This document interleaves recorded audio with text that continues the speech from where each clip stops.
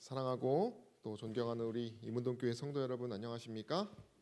네, 오늘 뒤에 보시면 우리 서진이가 왔습니다. 네, 환영합니다. 저는 오늘 1세기부터 시작된 그리스도인 핍박과 영적 교훈이라는 제목으로 함께 또 기독교 역사를 돌아보면서 각 시대의 대쟁 두 책을 함께 살펴보고자 합니다. 사람은 핍박이나 시련을 다 두려워합니다. 그래서 평화와 또 안정 이런 것들을 추구합니다. 여러분들 중에 혹시 시련을 난 좋아한다 그런 분들 계십니까? 내 인생에 시련이 꼭 있어야 살맛이 난다. 네, 아마 많지 않을 것입니다. 어떤 목사님은 자기 자녀들이 시련을 좀 겪을 수 있도록 기도도 한다고 해요. 근데 저는 그 정도의 믿음은 없습니다. 저도 제 자녀들이 그래도 평안하게 살기를 바라는데요. 근데 정작 저희가 오늘 이 시간 무서워해야 될 것은 고난이나 시련이나 핍박이 아닙니다. 우리가 두려워해야 될 것은 핍박의 원인과 시련을 가져오는 주동자와 그 영적인 실체입니다. 오늘 저희가 또 앞으로도 매주 금요일 날 이 기독교 역사를 통해서 이런 영적인 선악을 분별하고 또 신앙의 싸움에서 큰 용기를 얻게 되기를 소망하고 오늘 이 시간도 그렇게 되기를 바랍니다. 그래서 나아가 영적 싸움이 곧 우리의 삶의 어떤 먼 이야기가 아니라 바로 우리의 삶에 있는 그대로의 그 모습이라는 사실을 깨닫는 저와 여러분 되시기를 바랍니다. 한 스페인 화가가 이렇게 예수님께서 감람산 위에서 성전을 보시는 가운데 이 제자들에게 이야기하시는 그 모습을 이렇게 그렸다고 합니다. 예수님께서는 본인이 이제 하늘에 승천하신 이후에 교회가 이 하나님을 아들을 따라 산다라고 하는 그 그리스도인들이 경험하게 될 이 시련과 박해에 대해서 이 제자들에게 잘 말해 주셨습니다. 그것이 마태복음 24장에 잘 기록되어 있는데요. 9절에 보면 그때에 사람들이 너희를 환난에 넘겨주겠으며 너희를 죽이리니 너희가 내 이름을 위하여 모든 민족에게 미움을 받으리라 라는 이야기를 좀 무서운 이야기를 그 제자들이 듣게 됩니다.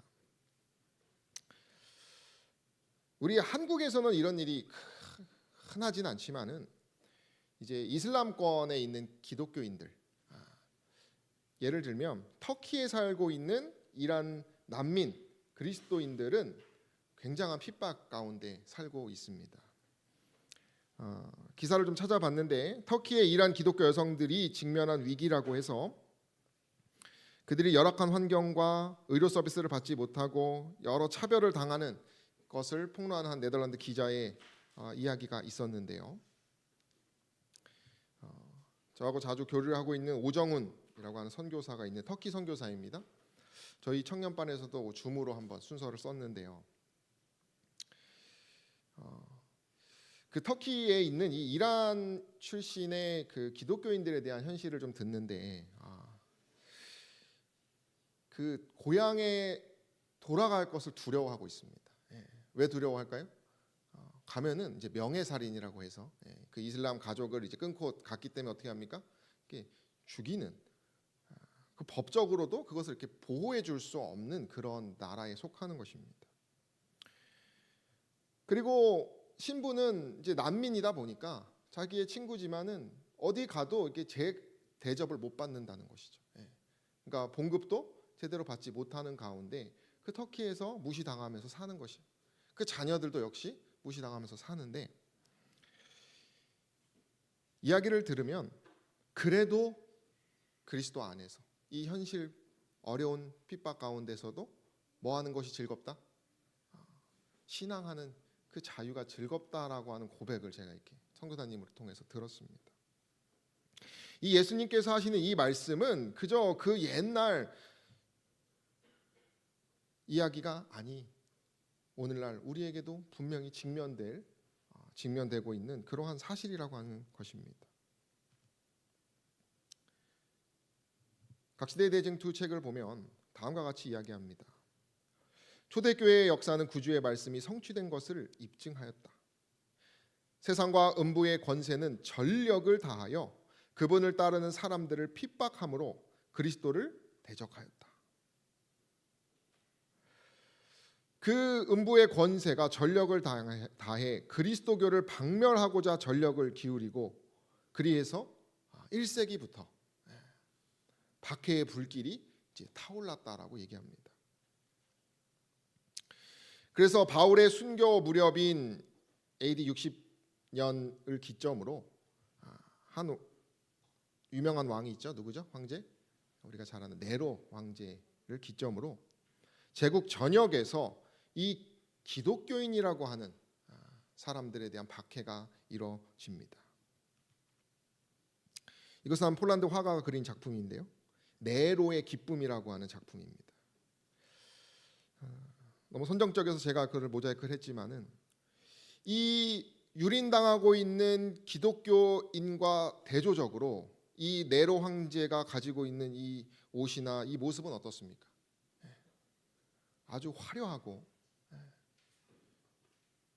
세련된 그 힘을 이 옷만 봐도라도 우리는 알 수가 있습니다.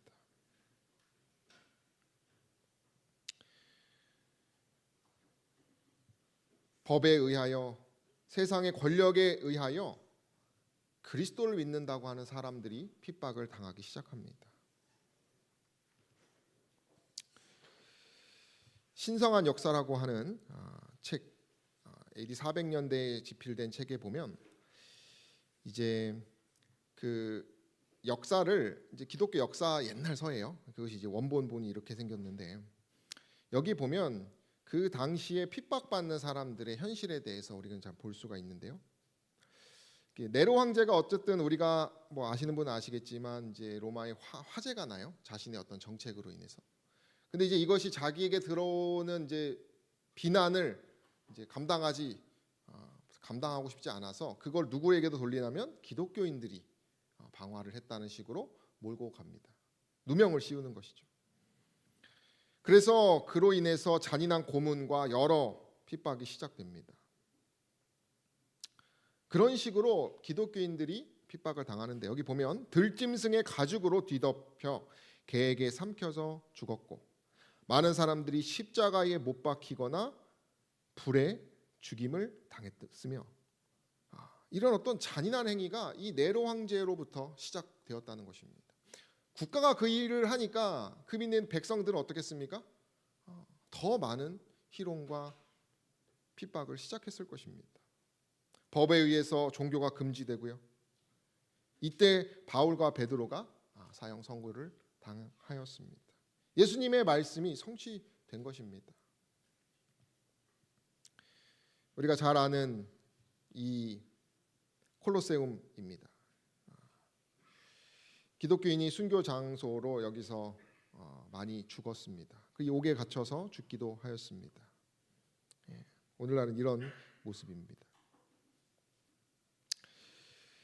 짐수형이라고 해서 그 당시에 이제 모자이크들을 보면 이렇게 산채로 짐승에게 죽는 모습들이 기록되어 있습니다. 벌거벗겨진 대로 옥중에 있다가 나와서 죽는 것입니다.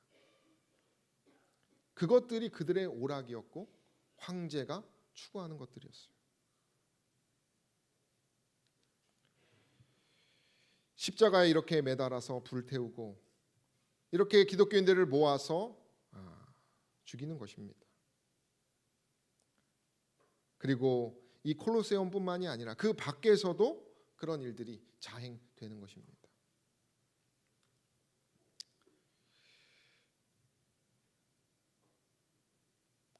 어떤 사람들은 역청통 속에 이게 박혀가지고 그 권력자의 불을 밝히는 횃불로 사용했다고도 해요.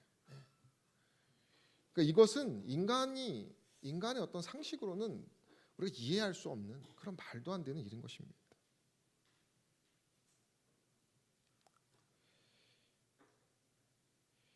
초기 기독교인들의 순교 장면을 묘사한 그림입니다.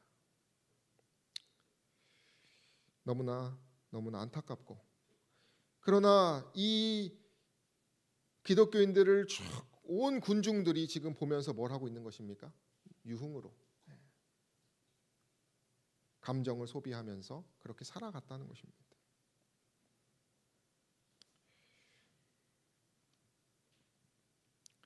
뿐만 아니라 이 기독교인들이 되면, 우리가 기독교인이 되면은 이제 많은 것들을 이제 뜻을 정해서 버리게 되죠.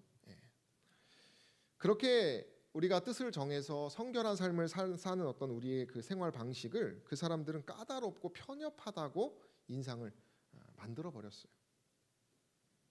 당시에는 우상 숭배가 아주 많았는데 그것을 다 거부합니다. 그러니까 눈에 가시가 되는 것이죠. 그리고 검투사들의 생명이 위험한 그런 칼싸움을 그 원형 경기장에서 벌였습니다. 그것도 기독교인들은 그것은 거부하는 것입니다. 그리고 짐수영 자체도, 그 죄수들을 사자밥으로 만드는 것 자체도 기독교인들은 그것을 거부했어요. 그리고 이때는 공무원의 직책도 조금 오늘하고 좀 다르겠지만은 또 공공의 의무인 잡신들에게 분양을 한, 아마 이때 이제 공무원들은 이제 잡신들에게 하는 어떤 그런 행위가 있었던 것 같습니다. 그러니까 그런 의무가 있기 때문에 다 거부할 수밖에 없고, 그것을 멀리하는 참 순수한 그 기독교인들을 많은 사람들이 싫어했다는 것입니다. 그래서 그 국민들도 그 적대감이 점점 심해졌다 그랬어요. 기독교인들에 대해서. 그래서 로마 지식계층들은 기독교인이라고 하면은 이제 의심하고 야만적인 미신을 믿는 사람들로 치부해 버렸습니다. 여러분, 그런 상황에서 신앙한다라는 생각을 해보시면 되는 것이에요.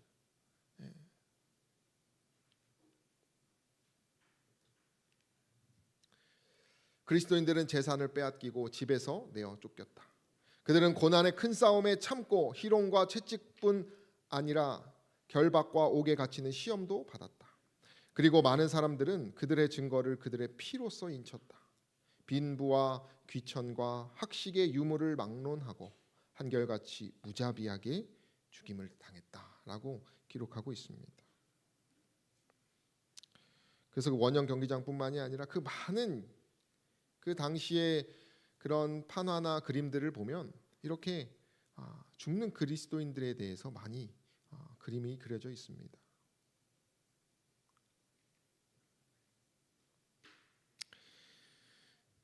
그래서 그렇게 이제 로마에 있으면 뭐 하는 것이에요? 자꾸 핍박을 당하고 공격을 당하니까, 여기 보면 그리스도를 따르는 자들은 어디로 피난하든지 맹수처럼 추적을 당했다. 그들은 불갑을 황량하고 인적이 없는 곳에서 은신처를 찾을 수밖에 없었다, 이렇게 말합니다. 그래서 성경에도 토굴에 유리하였다 하고 광야와 산중과 암혈에 그들이 숨어 있을 수밖에 없었다라고 이야기를 합니다. 그 중에 유명한 것이 무엇입니까? 카타콤이라고 하는 것이. 이 카타콤은 무덤인데 이교도들의 무덤입니다, 사실은. 1세기부터 3세기까지는요. 그리고 3세기 중반부터 이제 핍박의 시기에 있는 어떤 그 기독교인들의 이제 무덤이 되기도 했는데요.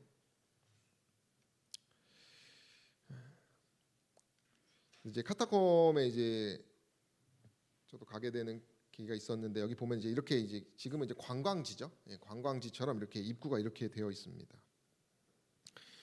그 로마에는요, 로마의 땅에는 일반 평민들은 이게 묻힐 수가 없었어요. 그래서 황제 같은 사람만이 그렇게 로마 자체 그 경내에서 이렇게 묻힐 수가 있었고, 모든 다른 사람들은 다 이렇게 로마 주변에 이렇게 묻히게 되었습니다. 그래서 그 로마 주변은 다 매장지입니다. 일반적으로 650만 개의 매장지가 로마를 뒤덮고 있다고 말을 합니다. 그 내부를 보면 이렇게 이제 보면 이렇게 암굴이기도 하고, 그죠? 토굴이기도 한데, 여기 이게 화산층이 이렇게 쌓여가지고 이게 이렇게 긁으면 이게 잘 긁어지는, 그래서 이게 좀 이렇게 조각하기 쉬운 그런 부드러운 흙으로 되어 있습니다. 기독교인들이 여기로 숨어 들어간 것이죠. 개미 군락과 같은 그러한 모습입니다. 이곳에는 이런 벽화들이 있어요. 오른쪽은 저는 보지 못했는데 이렇게 아담과 하와에 대한 벽화, 기독교인들에 대한 그런 흔적도 볼 수가 있습니다.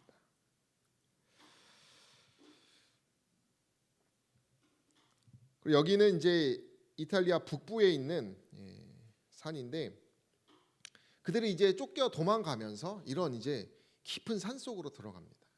강원도 산골짜기보다 더 깊어요. 이게 알프스 산맥 쪽에 있어서. 그래서 이제 목사님들과 함께 들어갔는데 이렇게 정말 그 골짜기 들어가면은 이렇게 빛 하나 보이는 그런 굴 속에 숨어 들어가는 것입니다. 한 목사님을 찍어드렸는데 이런 곳에서 기독교인들이 숨어서 뭘 했다는 것입니까? 신앙생활을 이어갔다라고 하는 사실이에요. 이렇게 숨어야지만 그 로마인들로부터 이렇게 피할 수 있었다는 것이죠.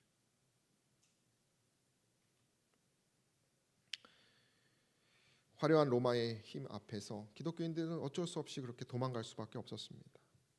네로 황제 이후 약 250년 동안 이 일이 벌어졌습니다. 여기도 그림을 보시면 아시겠지만 이 로마인들 앞에 이렇게 묶어놓고 뭐가 있어요? 여기 이렇게 묶어놓고 화형식을 하는 것입니다. 네로의 박해 속의 기독교인들이라고 하는 그림입니다.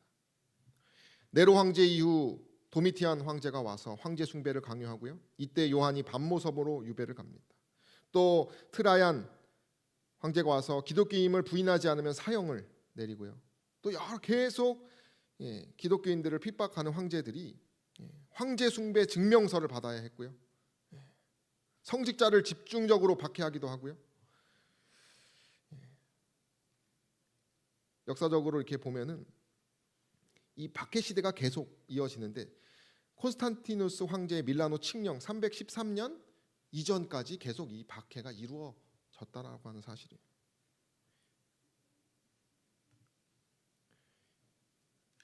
(313년이) 되어서야 기독교 신앙이 자유가 보장되고 250여년간 이어진 제도적 박해가 공식적으로 끝났다고 합니다. 그것이 이게 밀라노 칙령의 모습이에요. 이러한 1세기부터 시작된 핍박 가운데 우리가 배울 수 있는 교훈은 무엇이 있을까요? 여기 보면 처형은 축제 때 자주 오락거리로 삼아졌다. 수많은 군중들이 몰려와서 그 광경을 보고 매우 즐거워하였고 그들의 죽음의 고통을 보고 크게 웃고 손뼉치며 기뻐하였다라고 말합니다. 우리가 이러한 핍박 가운데 배울 수 있는 첫 번째 교훈은 시련과 핍박은 의인을 향한 하나님의 풀무불이자 선교의 도구라고 하는 것입니다.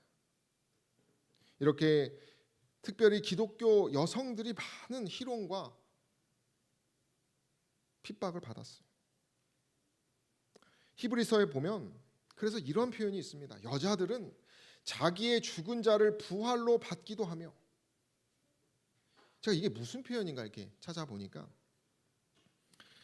자기의 죽은 자를 부활로 받는 것이 수넴 여인과 사르밧 과부의 그 자녀들을 이렇게 부활했던, 살리셨던 것처럼 믿음의 보상에 대해서 기록하는 것입니다. 이 여성들이, 기독교 여성들이 그 믿음의 보상을 가지고, 부활의 소망을 가지고 뭐 했다는 것입니까? 악형을 기꺼이 받았다는 것입니다. 더 좋은 부활을 얻고자 하여 악형을 받되 구차히 면하지 아니하였으며, 그것을 어떻게 좀 피하려고 타협하지 않았다는 것입니다.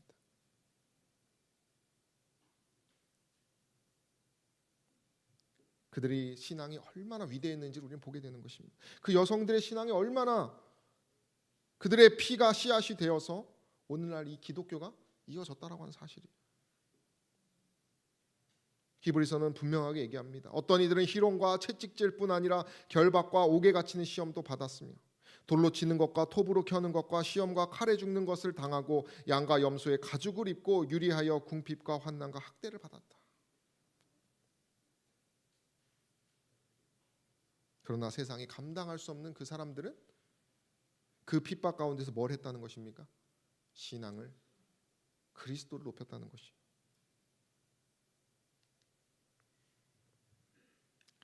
유세비우스라고 하는 교회사를 쓴 1세기부터 4세기 초까지 기독교 성장 기록한 이 책을 보면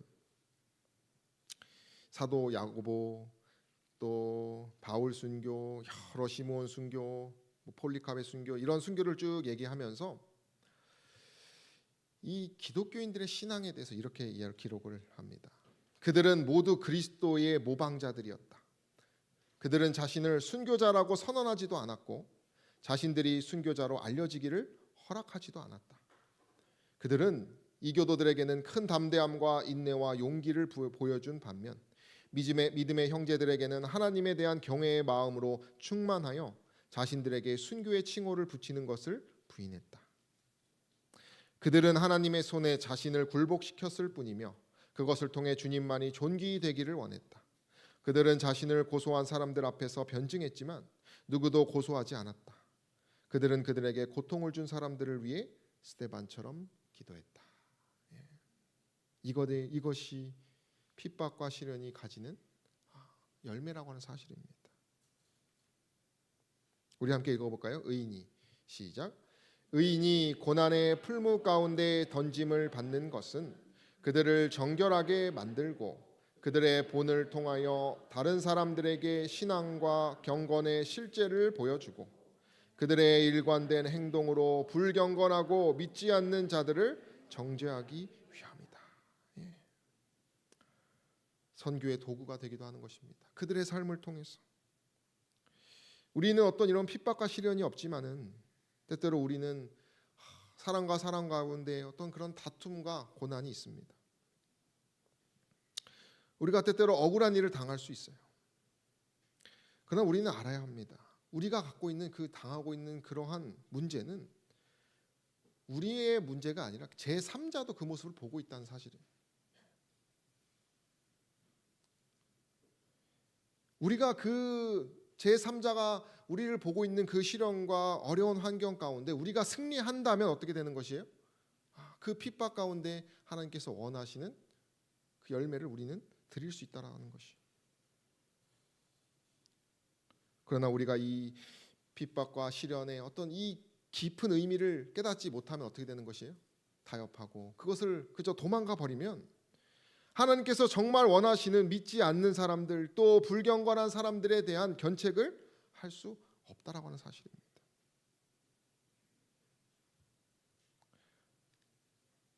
초기 기독교인들은 그렇게 죽었습니다. 우리 예전 예언의 신에도 이렇게 이 그림이 있었는데요. 이건 체칠리아라고 하는 이제 성녀라고도 하는데 카타콤 안에 있습니다. 3세기 로마에서 순교한 초기 기독교 여성인데 이제 이것은 대리석으로 조각을 했는데 여기 보면은 손가락 3개를 이렇게 하고 있어요. 그리고 목에는 칼에 잘린 흔적이 있고요. 그리고 왼손은 한 손가락 이렇게 들고 있어요. 이거 무슨 의미냐면 삼위일체 신앙을 말하면서 죽은 그리고 한 분뿐인 그리스도를 표현하는 그저 어떤 표현이 아니라 믿음을 끝까지 고백하며 죽은 그 여성의 신앙을 나타내는 유적입니다.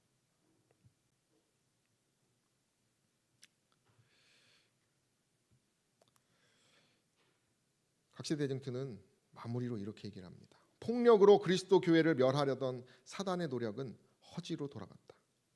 예수님의 제자들이 생명을 바친 대쟁투는 그 충실한 기수들이 자기의 담당 구역에서 싸우다 쓰러졌을 때 끝나지 않았다. 그들은 패배로 정복하였다. 하나님의 일꾼들은 죽임을 당했지만 그분의 사업은 꾸준히 발전되었다. 복음은 끊임없이 전파되었고 믿는 자의 수요는 더욱더 증가되었다. 이러한 역사가 있었다는 사실을 우리가 기억하시게 되기를 바랍니다. 이런 역사는 계속 이어질 것입니다. 두 번째이자 마지막 교훈은 의심의 위협을 정복하는 복음의 능력이 우리에게 필요한 교훈입니다. 영감의 글에 보면 우리가 그분의 섭리의 역사를 깨달을 수 없다고 하여 그분의 자비를 의심해서는 안 된다라는 표현이 있어요. 여러분 핍박과 시련과 정말 나만 겪는 그런 고난이 많으면 뭘 하게 돼요? 의심하게 됩니다. 신앙을 떠나고 싶고 말씀을 보고 싶지 않고 사랑하고 싶지도 않고 교회 나오고 싶지도 않을 때도 있어요. 우리는 때때로 그렇게 의심을 합니다. 그러나 영감의 글은 의심하지 말라고 합니다. 그러면서 뭐라고 말하냐면 구주께서 어두운 시련의 때에 그들의 마음에 미혹이 생길 거를 미리 아셔서 말씀하셨다고 말하고 있어요. 그래서 다시 말하면 우리가 배울 교훈은 의심하지 않게 하는 것이 무엇이냐면 바로 그분의 말씀이라는 사실입니다. 우리가 그 말씀의 능력을 오늘 이 시간 기억해야 한다는 것이에요. 바울이 순교당했지만 그의 그 삶 가운데는 그가 뭐라고 말했습니까? 우리 함께 읽어볼까요? 또한 모든 것을 시작. 또한 모든 것을 해로 여김은 내 주 그리스도 예수를 아는 지식이 가장 고상하기 때문이라 그랬어요. 그는 오직 예수만 바라보았습니다. 그의 마음에 의심의 어떤 그런 흑암이 있을 때마다 그는 그리스도를 바라보면서 빛으로 그 흑암을 물러냈다라고 하는 것이에요. 그럼 이것은 카타콤에 있는 예수 그리스도의 얼굴 그림입니다. 1800년대 한 화가가 평생을 예수님을 이렇게 묵상하는 화가였어요. 근데 가장 가깝게 예수님을 본 사람의 그림이 없을까 이런 고민을 그가 했다고 합니다. 그래서 그가 찾아간 곳이 카타콤이었어요. 그래서 그곳에서 찾은 것이 이것이 2세기 초에 아마 그려진 것으로 이렇게 감정되고 있는데요. 독실한 기독교인들을 핍박당한 그 기독교인의 그 무덤의 바로 위에 이 그리스도의 얼굴이 그려졌다고 얘기하고 있습니다. 그들이 죽음에서 그 그리스도를 깨어날 때 이 그리스도를 바라보라고 하는 그 믿음을 우리는 보게 된다는 것입니다. 죽음 앞에서도 그리스도를 향한 지식이 가장 고상하다는 것이 여기 드러난다는 것입니다. 도미티아누스 황제 AD 90년경에 사도 요한이 반모섬으로 유배를 갑니다. 그러나 그는 복음의 능력을 가지고 포기하지 않고 편지를 씁니다. 그 편지가 무엇입니까? 요한계시록이에요. 그 계시록을 읽으면서 성도들은 그저 그 계시록의 여러 복잡한 상징과 표상들을 보면서 그냥 생각한 게 끝난 것이 아니라 역사의 그 비밀을 그들이 있게 본 것입니다. 로마 제국의 압박과 박해와 그 핍박 가운데 그들을 승리케 하는 비밀이신 그리스도를 그들은 보게 됩니다.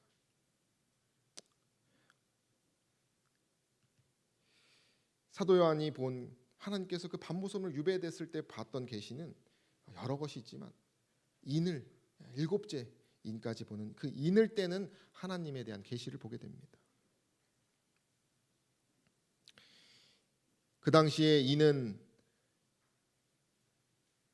명령을 어떤 황제의 명령을 봉인하는 것이었어요. 이 인을 떼는 것은 그 황제와 같은 권력자만 할 수 있었어요. 근데 그 인을 떼는 그 모습 가운데 그리스도께서 그 인을 떼는 모습을 그 요한이 보게 되는 것입니다. 그래서 그것을 쓰는 것이에요. 다시 말하면 하나님의 구속의 계획이 숨겨져 있다가 하나씩 벗겨지면서 그 구속의 계획을 통하여 그리스도인들이 그 핍박받던 그리스도인들이 어떻게 승리하는지에 대해서 이 요한이 생생하게 이 반모섬에서 본 것입니다. 그 다섯째 인에 이렇게 기록되어 있어요. 하나님의 말씀과 저희의 가진 증거를 인하여 죽임을 당한 영혼들이 제단 아래 있어. 이거 그리스도인들이 보면 무엇을 생각하겠어요? 핍박받고 죽은 그 그리스도인들을 생각했을 것입니다. 큰 소리가 나며 부른다고 합니다. 우리의 피를 신원하여 주지 아니하시기를 어느 때까지 하시려나이까. 이 원통한 그 죽음에 대해서 하나님께서 언제 심판하실 것이냐라고 하는 소리가 들렸다는 것을 요한이 계시로 본다는 것입니다. 그러면서 계시에는 각각 저희에게 흰 두루마기를 주시며 가라사대 아직 잠시 동안 쉬되 저희 동무 종들과 형제들도 자기처럼 죽임을 받아 그 수가 차기까지 하라 하시더라. 잠시 동안 쉬면 그 때가 차면 두루마기를 주어서 그 신원을 다 갚아줄 것이라고 하는 이 다섯째 인을 떼는 기록을 요한이 한다는 것입니다.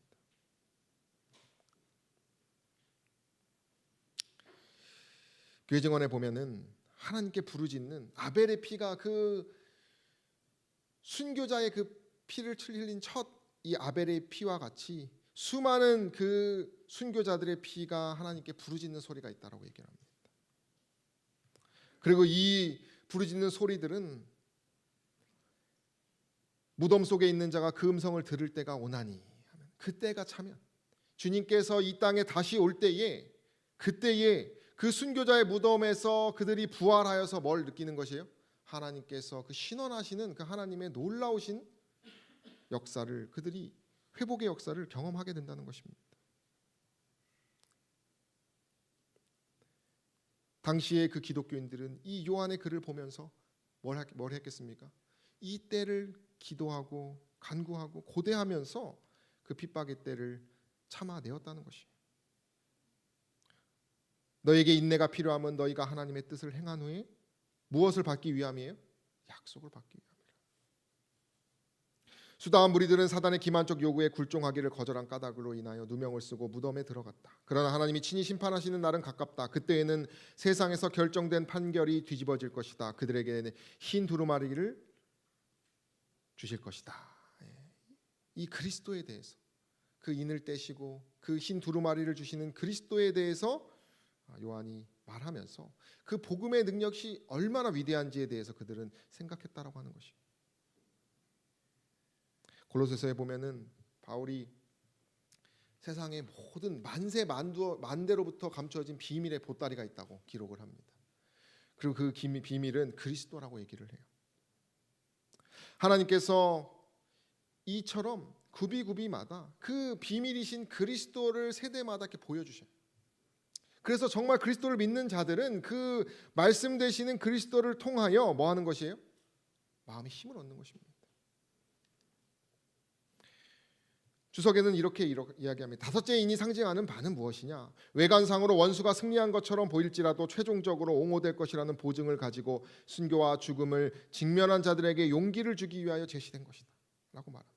박해의 시대에 살고 있던 자들을 특별히 굳건하게 해주었을 것이다 이렇게 얘기를 해요. 다섯째 인의 기별은 하나님의 사업이 궁극적으로 승리할 것이라는 재보증이었다. 동일한 격려가 마지막 큰 쟁투를 통과하는 자들에게 주어질 것이다 라고 말하는 것입니다.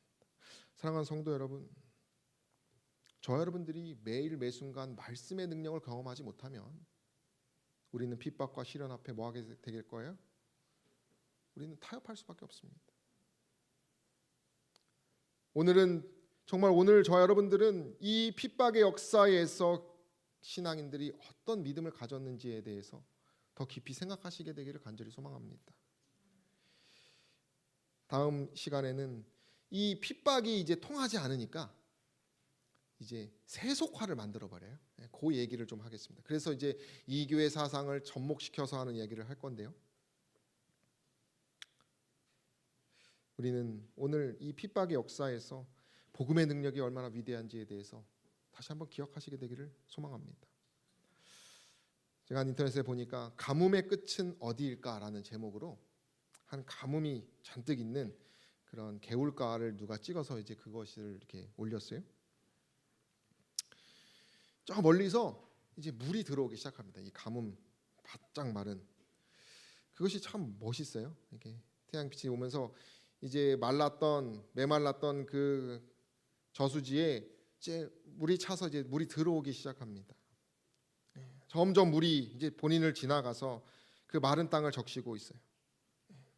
점점 들어와서 이제 그 마른 땅이 이렇게 물로 충만하게 적셔지는 모습을 이렇게 보게 되었습니다. 자, 이것을 보면서 뭔가 마음이 이게 힘이 나는 그런 경험을 하였는데요. 시련과 핍박 가운데 있던 그 그리스도인들에게 그 복음의 능력이라고 하는 것, 그 말씀이 주는 그 소망이라고 하는 것은 이 담비와 같이 이 물과 같이 그들의 마음을 충만하게 촉촉하게 적시지 않았을까 생각을 하게 됩니다. 계시록은 끊임없는 그 소망에 대해서 얘기를 합니다. 그리고 미래 그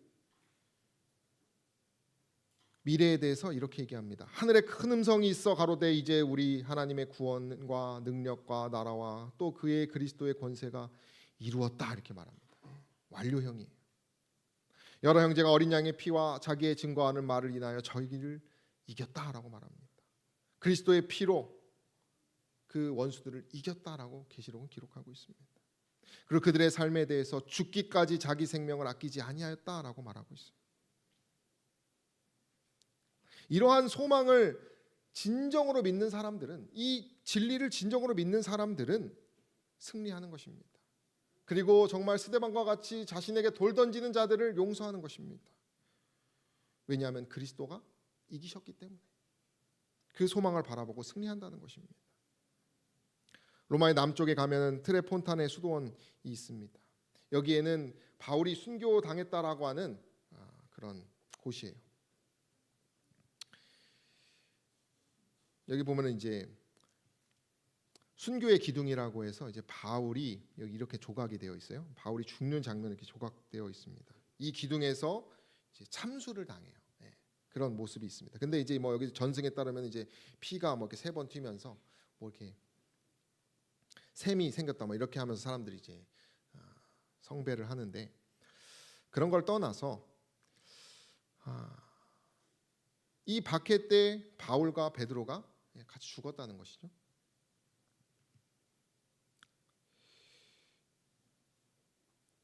바울이 그런 이야기를 합니다.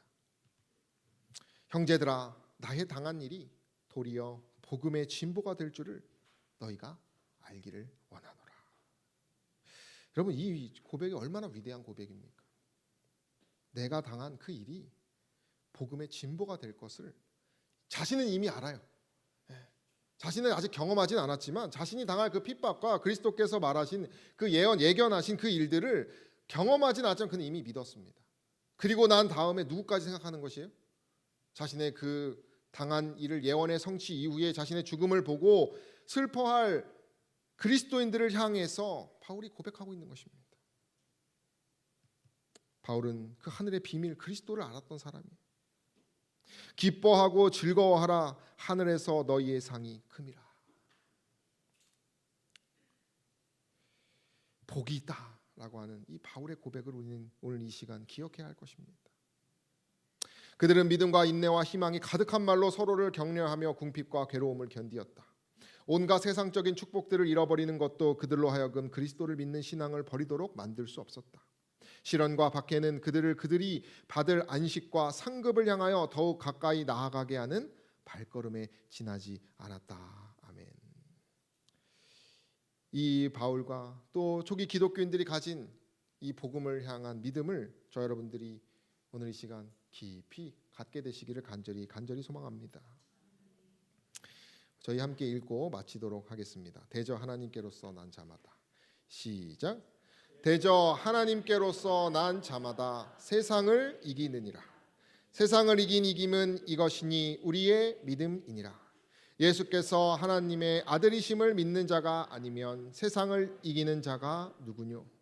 이는 물과 피로 임하신 자니 곧 예수 그리스도시라.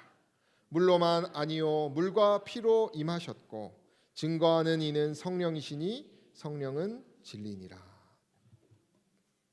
저 여러분들이 이 말씀을 따라 그리스도를 믿음으심으로 세상에서 승리하는 저 여러분 되시기를 간절히 소망합니다. 그런 저 여러분 되시기를 간절히 바라고요. 다음 주에는 이제 핍박이 통하지 않으니까 타협을 만드는 사단의 정신을 통해서 세속적 명예, 세속적 번영을 통해서 어떻게 그 사단이 역사하는지 역사적으로 살펴보도록 하겠습니다. 말씀을 마치겠습니다.